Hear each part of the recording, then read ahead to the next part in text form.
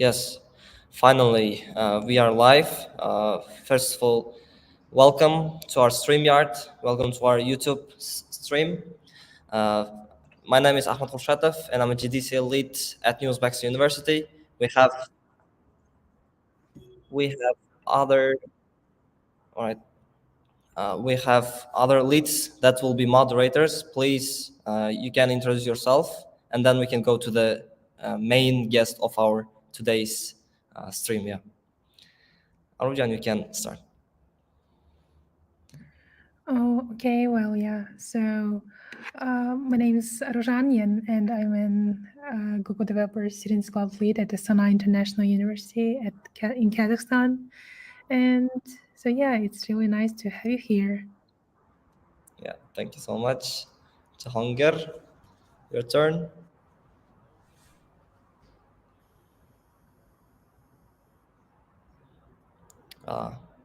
Maybe there is a... All right, I think I have some problems. Now let's turn to our guest, Pranith. Sorry if I mispronounce your name. All good with that. Yep, your stage is yours. You can turn on your microphone. Yeah. Thank you, Ahmad. Thank you for into your live stream. So let's give into the topic, right? So Mhm. basically, there are many students who are working on different. I think you turned off the microphone. Yeah. Okay. Now is it right? Oh, that's great. Yeah, that sounds great. You turned off your microphone again. Sorry. All right. Sorry. No problem at all. So usually across the world, every student wants to know how to excel in the software industries, right? So in the software industry, every student want to expose himself in the form of projects. So every projects or everything he does, he need to contribute something. He need to contribute to their team. He need to contribute to their world, or he need to contribute for the community to build, right? Mm-hmm. Yep. So every time we are starting to build something, we usually face a lot of problems. So that's why we usually hang with our community, right? So in Yep.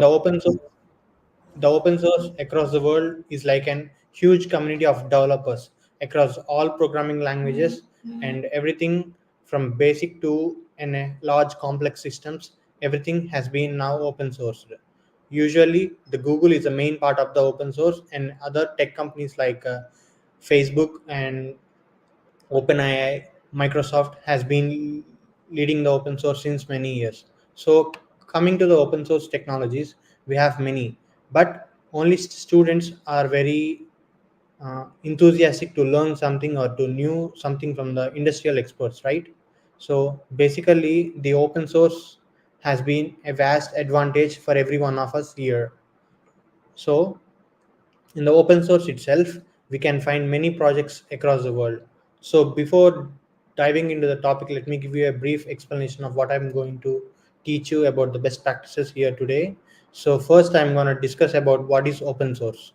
Okay, next, let's introduce our beginners or students or undergraduates who are currently doing their undergraduation in the university, how they want to contribute, how they want to excel in the industries as well to become a perfect software engineer or any other skill, how to contribute to the community, how to build our things. So basically, open source is nothing but a software which is available publicly across the world. So anyone on the internet can download and can share, can see the code, can modify it, can build their own systems with the help of this code. And this open source has been started in the 19th century. Since then, many developers across the world not only using it, they are using it to learn things, they are using it to access their internet across the world, and along with this, they are using it to huge spaces across the world. Now, so when the students in the university itself, when are trying to start developing things, they usually learn what is what. So basically we have to start with the programming language. Any programming language you can take, you need to learn it perfectly. Even if you are good at starting with the C programming, it's fine.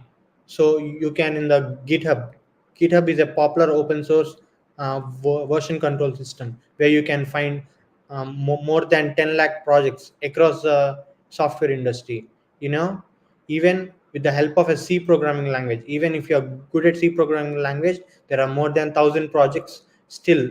And today date we are working for the C programming language. They use C to build scalable systems across the industry, and they are softwares. So even with the small C programming language, you can start contributing to the open source.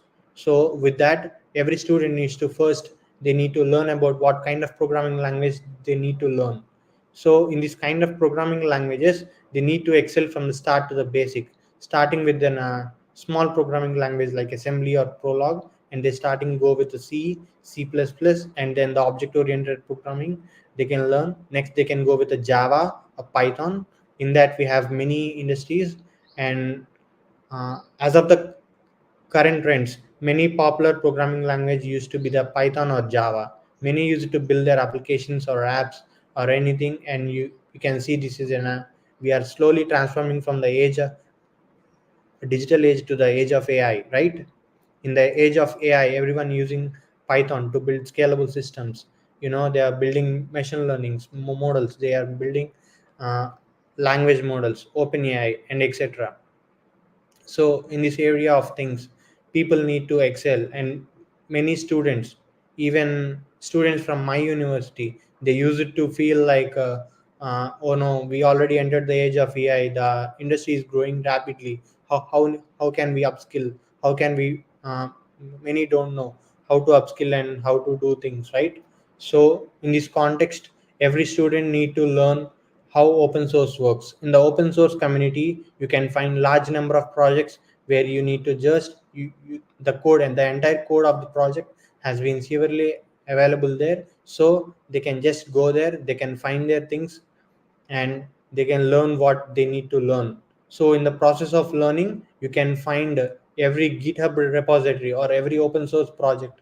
There is organizers, there are maintainers, there are contributors who constantly contribute to the community. In the way you can build the things, you can have talk to them, and you can have live interviews with them, or you can just ask for an help even with your seniors. You can start contributing to the open source. So in these contributions we have many, and most popularly we use uh, GitHub as an open source contributions, right? So even we have Kaggle. This Kaggle is been a data science open source network for the data science or machine learning enthusiasts. So in the Kaggle, recently on February 21st, Google launched this language model called Gemma. The Gemma has been used to build the current Gemini model, which we all see in the categories. So starting with the Gemma, it's a language model, and I can see many students across the industry has been fearing about the AI. The AI has already come, we may lost our jobs, or we don't have jobs, we need to upskill rapidly. But don't worry, the uh, usually I want to tell you something, that there are three types of AI. Now, the first stage of is called narrow AI. In the second stage is called general AI. The third stage is called super AI. What we are experiencing now is just a language model. It's a part of natural language processing, NLP model, right? It's a part of deep learning. There are something even bigger more in the narrow AI. This even comes under a small narrow AI, these language models, or AI chatbots, or chatbots called a generative AI, or we can use it, call it as a Gen AI. This Gen AI is currently being the trend now, but this is just a small part of our generative AI or deep learning models. Everything is a large scale model. These are just a part in the narrow AI, but we have in the future, we can expect to have a general AI, or we can have to have a super AI. This general AI usually packs in the data, the huge processing of data.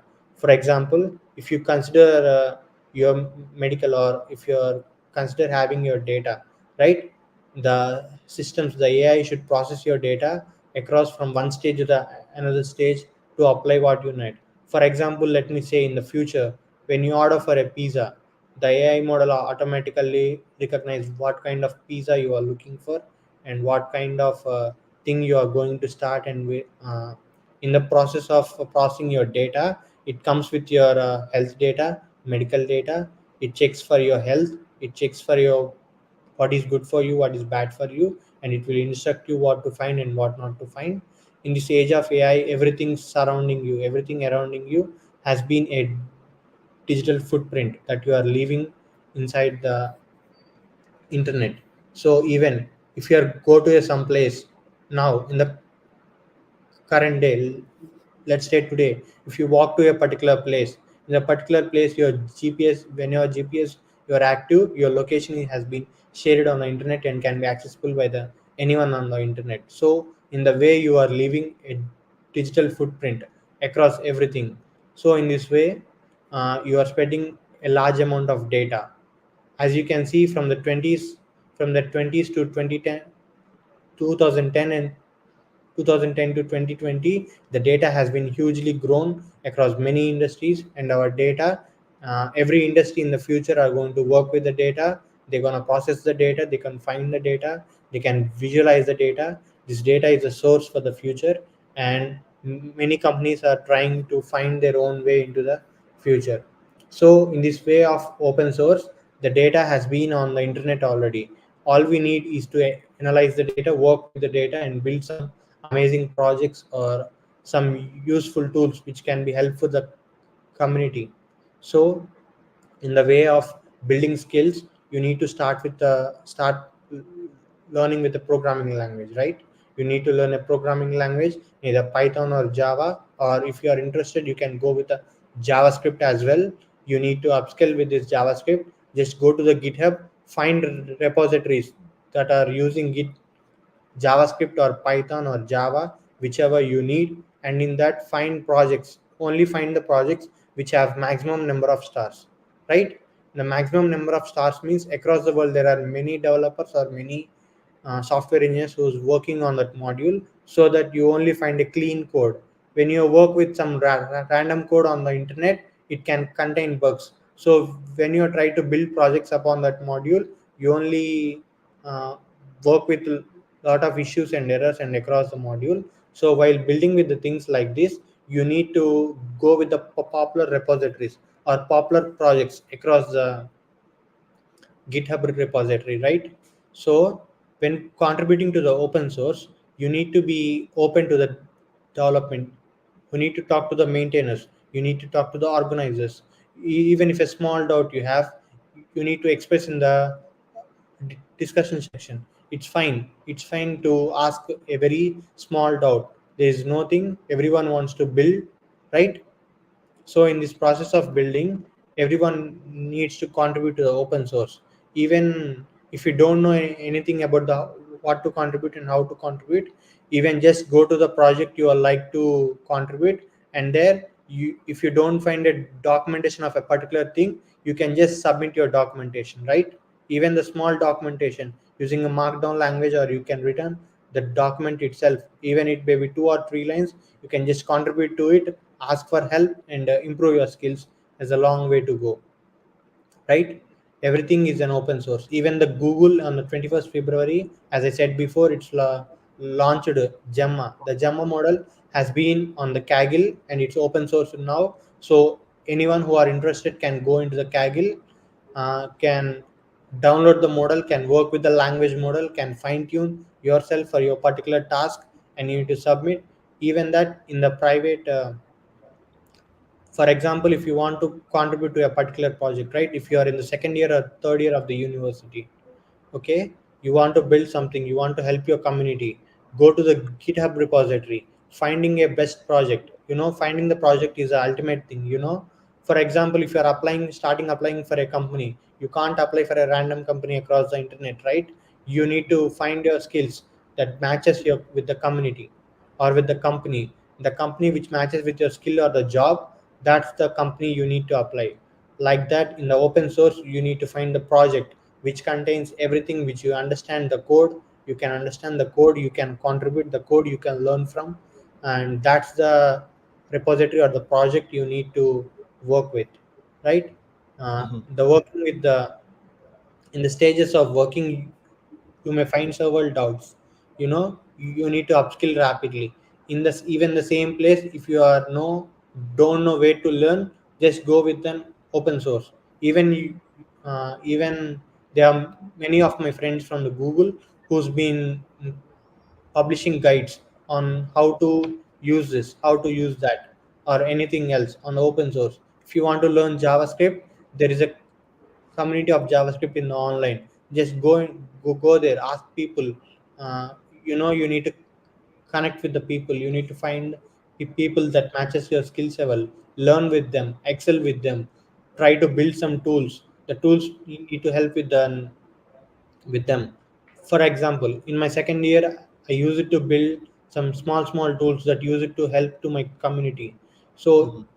even the projects you do are maybe small, or even it may be a tiny little contribution, but that contribution might be lead to you to excel in the future.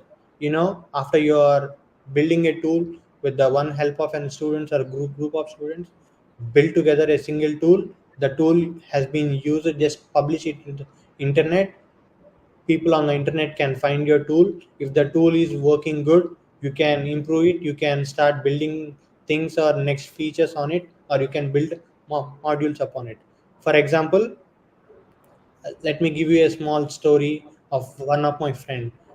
He usually lives in the South Africa. He built a tool called Excel to formulas, right? Excel text to the formulas. He just built it using the OpenAI API. The API is available in the internet. He just copied the API. He just in the Python, he just written few formulas how to convert a Excel sheet formulas, right? So he just built a SaaS application upon it, a web application just with HTML, CSS, and JavaScript. He used an OpenAI API to build it. So just he started to publish on the internet. As soon as he published on the internet, in the first week, he saw around 2,000 people has been using his website. So in the later weeks, he started to scale his website. After scaling around in the next second and third week, the audience used to grow rapidly from 2,000 to 5,000, 5,000 to 10,000, 10,000 to 50,000. And now his the SaaS application, the which he built a Excel sheet from the AI Excel sheet, he used to call it. The app is currently on the internet and it's been around 2 million users monthly. Mhm. It just happens. When you build things, you need to publish on the internet, whether it may be small or big. Just publish into the internet, uh, or you can simply publish in the GitHub. So when people watch it, when people know what you are doing, when it helps them, even it can be a small task, like just my friend did Excel formulas. Generating them is so easy. You can still work with that. He just built upon a SaaS business on it. Now he earns around $20,000 per month just using that simple application, right? So he just added some subscriptions and monthly payments in that. People use it to buy his content. He used it to sell content across the world. So now he's earning around $2,000 per month.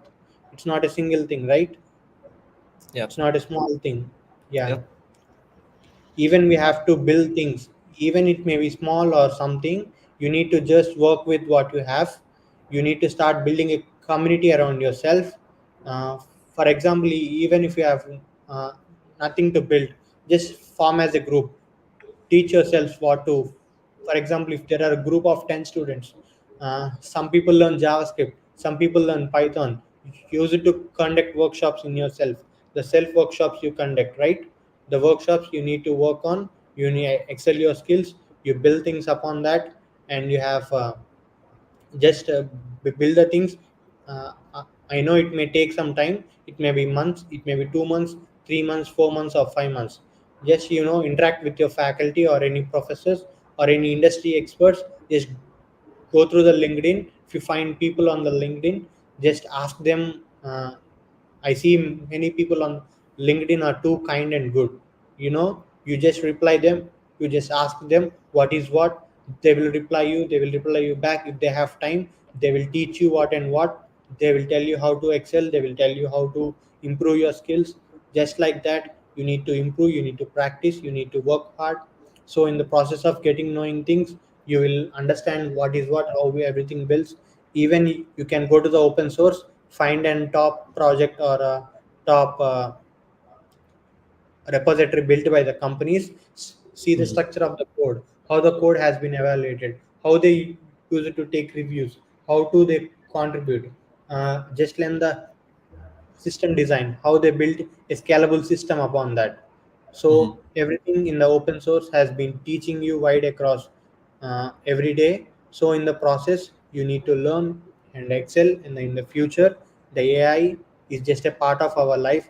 It's not gonna take over your jobs or something. You just need to excel in that. If you are good in that, you need to excel in that. You can work with the data.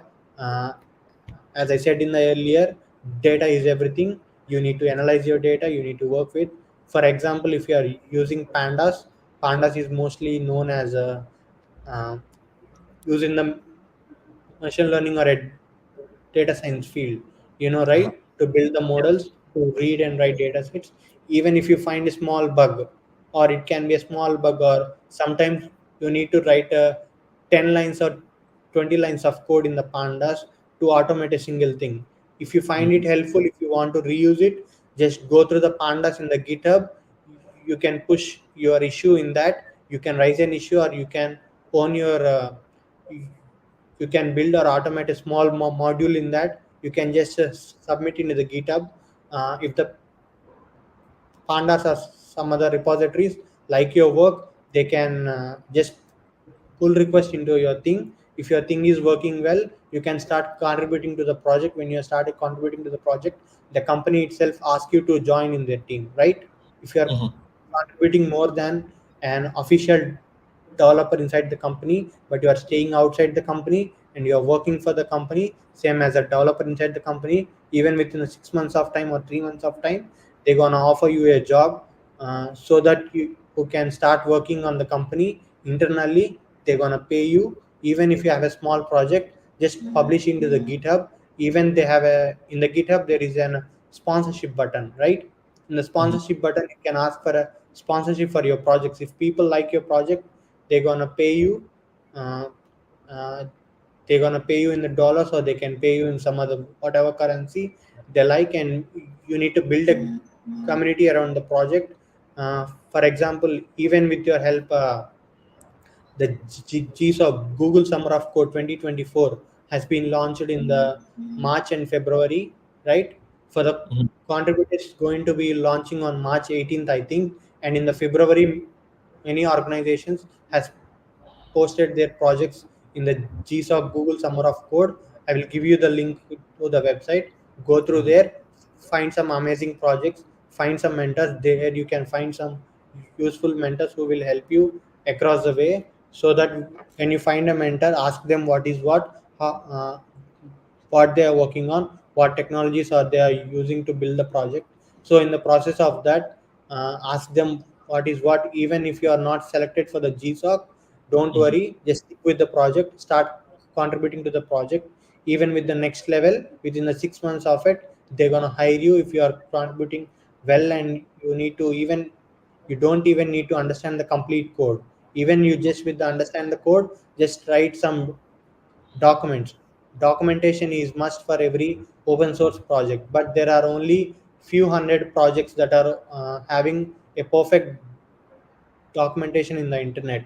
Many other open source projects doesn't have a documentation. Even if you start uh, publishing some documentation on their project, it's well and good. It's your starting point, right? So Yes. everything you need to submit in the open source.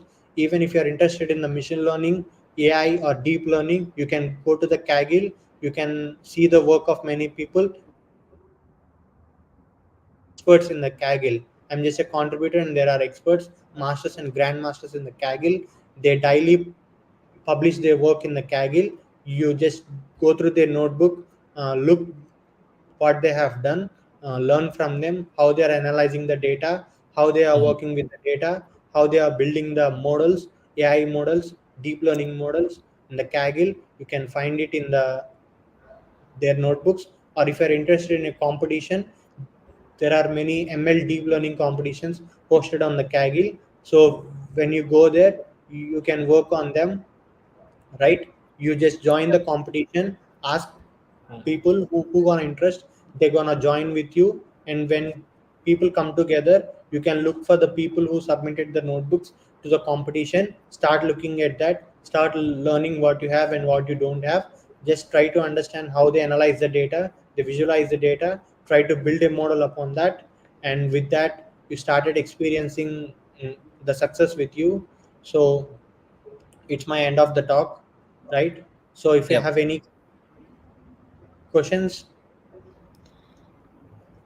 Yeah, we have a lot of questions, to be honest. Like, first of all, we'll come back to Kaggle again, just to know your opinion about AI. You said there are three stages of AI: narrow, general, and super. Right now, we are Yeah, in general AI, and most of the companies are cutting off we are in their the employees, and most of narrow this. AI. We are just in Yeah. the narrow AI, Oh wow, we are in narrow AI, right? And right? what do you think? Will AI take like the world? Because most people talking about this, experience. And even if we are just in narrow AI right now, what will be in the super AI stage? Like, yep, that's the question. For example, in the age of super AI, when you order a pizza, uh, for example, let's order a pizza, a big size with a fried cheese, okay? And the Mhm. AI gonna notify you immediately the cheese is not good for you as the fat is growing in your body.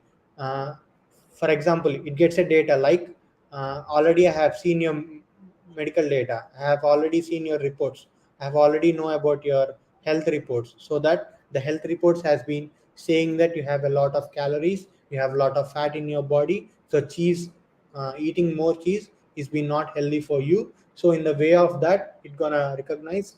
And let me tell you to, we are the Google even has been now currently building responsible AI.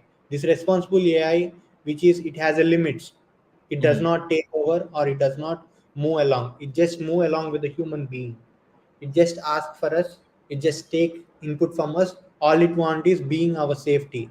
The responsible AI is been building by the Google, and in the future nearly like 10 to 20 years, it's gonna come out. But nothing to worry, everyone has their own work with an AI. uh, it, Everyone can upskill and just go with the flow. Uh-huh. Yeah, understandable. Like, and which means there is no problem. Do your job. Don't worry about AI. Yeah, AI is just a tool to help in your career. Like, I got it yeah, right.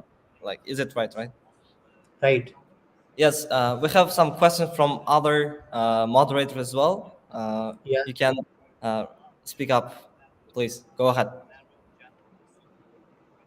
Assalamu Jahongir, alaikum for everyone. Dilshodbek. Guys, how yeah, are you? I'm fine. So I have a question. Yeah, Can you give some advices to the youngsters in IT field to start their career as a freelancer, just yeah. their universities, like at the university age? Please give some advice to the youngsters to start their Exactly. Very good question. careers as a freelancer. Yeah. Yeah, basically if you are an youngster, if you are just completed your high school, if you have money and you have a good study experience, you can join a college or a university for a bachelor's degree in the computer science or a bachelor's degree in computer applications. And if you don't have money or to apply for the college, it's fine. You need to, if you have an internet, if you have a stable internet connection and a computer with you, you can learn from the internet. There are many people from the 19th to the 2000s who's been just learning everything just with the help of a computer and internet. There are many people, as you can see in the movies, they will give you many examples, right? They are small kids who need to learn. If you don't have money, it's okay, you just need to have a computer. For example, let me give you a real time example. The Amazon and Google and the Facebook which you are seeing now has been built by the college students in their garage, right? Mhm. They just has an enthusiastic to build something to help the world, right? They just started with a small tool in the garage. They slowly started to scale. They slowly started to publish their work on the internet.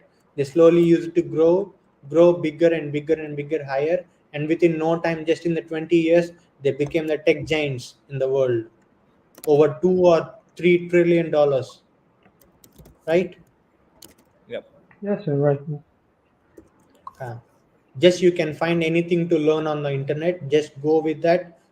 Find what interests you the best. It can be web, it can be Android, or it can be machine learning or OpenAI, anything. Thank you, sir, for your answers and valuable information so far. Thank you. Yeah, Right. thank you. Thanks for the answer. So, yeah. Jahon, you can go ahead. Like you had some questions, I know. Yeah, sure. First of all, thank you for joining us. You mentioned that there are some LinkedIn communities there where the students can ask questions. It would be nice if you mention some of them so that they can start interacting in these communities. For example, if you are interested in building web applications or website, and if you know Python, Python has some web application frameworks called Django Flask. In that, in every GitHub repository, there uh, there is a section or a tab called discussion section, so that you can go there, just ask your question. People who are in this community or in the project, they will start asking you questions, or they will start helping you with the things. No, they will start answering your questions. Build a chat, build a communication out of it. Start building your things. Okay. And if you are okay with an Android, just go with the Google, find an Android project there. Then you can ask your questions. They will help you to grow. Or if they are okay, even you can find guides on how to build Android applications or web design applications in the internet. You go to the GitHub, search for anything whatever you want. If you want to learn data structures and algorithm, it's fine. There are repositories which you use it to store and organize the code you need to learn for the data structures and algorithms as well. Mhm. And one more question. So, Yeah, as we can see, AI is growing rapidly. For example, in recent days, I have seen that AI is like making videos. It's so yeah, realistic. yeah. And so, in the future, how are AI experts going to make sure that AI will not harm human or to not bring any damage to our like modern society? So, can you Yeah. talk a little about it? So let me tell you a brief story. For example, if you consider these models, it is called as Gen AI because they are built upon generative AI. They're a part of deep learning called GANs, generative artificial neural networks. Their only task is to generate from the given text. So in the nearby future, if you build AI with some physical tools like robots or something, they use it to have a lot of hardware to process the data. Even we need to compress. For example, the uh, LLMs we are using right now, just like OpenAI chatbots. The chatbots every day they uses many bytes of trillions and TBs of data to process your things and generate your things. They need to compress into a little packs of things to generate them as a robots. These robots can harm you, but the Google in the form and now in the stage of even in the stage of narrow AI only, they are building responsible AI. This responsible AI is only going to grow with the human, not to overtake the human. It grows simultaneously and parallelly with the humans. It just only there be to help us. This responsible AI, in the style, we need to fine tune it. Without fine tuning, it goes somewhere. It thinks somewhere. It generates something. It's not useful, right? So in the responsible AI, it's starting to build things which are helpful for us. The AI in the future need to be grow parallelly to the humans, not to overtake them. If it grows parallel to us, we can even grow much better with the help of that. So I think Einstein has already said a human brain is a lot of more computational than a single computer. More than 10,000 or 20,000 computers together can form a human brain. So you can just outperform them if you Wow. are good enough. Yeah, this is the It's quote of amazing. the day. Thank you. Yeah. So Aruzhan, are you here? You had some questions. Oh, yeah, I have some two questions, let's say. So I just wanted to know about your experience because it seems like you have really like wide experience of working like before. And as I have looked on your LinkedIn profile, so you have experience of like writing some blog posts, and one would be with, can you hear me? Okay.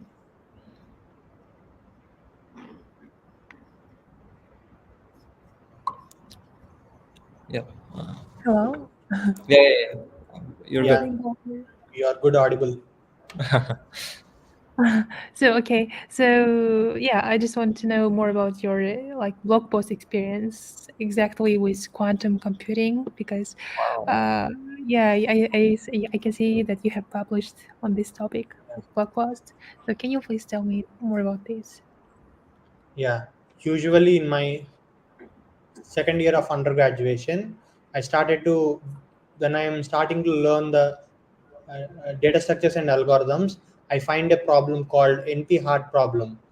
The NP-hard problems used need to time complexity of more than 10 years, 12 years as you grow. For example, if you take I'll give you a short example. It's called traveling salesman problem. The traveling salesman problem, in that a person need to find a path to travel across the countries. Okay. The input of the algorithm is the number of countries. For example, if you give an input of 7 or 8 or 9, it's good. But if the input goes to like 15 or 20, it could take around 10 years to compute. That algorithm takes 10 years of time to compute the path across the 10 countries or 20 countries or 15 countries. And when you so I'm stuck there how to build systems upon this. In that time, I used to find something called quantum computing. The quantum computing, in that everything works with the quantum physics. It's not with the physical world we are in. For example, let me give you a short introduction. For example, in the computer size, we use it to store the data in form of bits. It can be 0 or 1. For example, if you need to store a number, or if you can to store a 1, it can be stored as 0 1, right? Yeah. 2 power of 0 and 2 power of 1. But in the Yeah. quantum computing, we don't have bits. In the quantum computing, we have qubits. Each qubit can simultaneously accumulate, can 0 and 1 at the same time. But in the qubits, only we can store 0 or 1 only in one particular place, only at once. But in the quantum computing, you can store like 0 and 1 in one bit at a time. So it helps us to like increase our scalability and production. For example, 4 bits in the computer can equal to 2 power 4 bits in quantum computing. You know, 2 power 4 means it's like 16 bits. It's like the Mhm. 2 bits in your physical world equal to 16 bits in the quantum world. It's like increasing the storage, right? Increasing the storage, increasing the computation. So I started to build an algorithm. In that, I started to use KD trees. It's k-dimensional trees. In that, I used to build an application upon that, and I started working on that in my second year. In my fourth year, I published a paper upon it in the international journals.